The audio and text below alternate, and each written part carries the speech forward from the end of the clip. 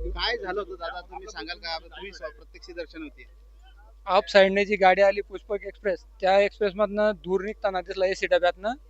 तर ते आम्हाला कसं वाटलं गाडीचा डबा पेटला समजा, परंतु इथं येऊन पाहतो तर नॉर्मल दूर होता. परंतु पब्लिक जी आहे गाडीतली ती घाबरली आणि टर्नवर असल्यामुळे गाडी ते समोरचं जे दुसरी गाडी येतो डाऊन साईडने ती दिसली नाही पब्लिकला.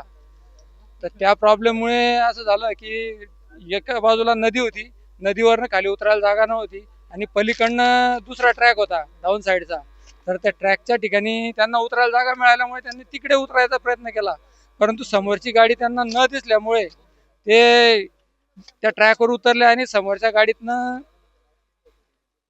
जागेवरच ते ऑन द स्पॉट गेले बाकीचे. किती लोकांचं तुम्ही बघितलं या ठिकाणी? मी स्वतः 9 ते 10 लोकांच्या बॉड्या उचलू लागलोय आणि जखमींना आम्ही मोटरसायकलने किंवा अँब्युलन्स मागवल्यानंतर अँब्युलन्सने रवाना केलेलं आहे. तुमचं नाव? प्रमोद राजाराम पाटील. ठीक आहे.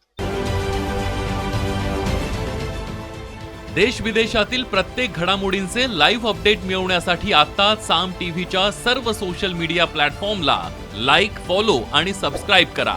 तसंच सर्व नोटिफिकेशनसाठी बेल आयकॉन प्रेस करायला विसरू नका.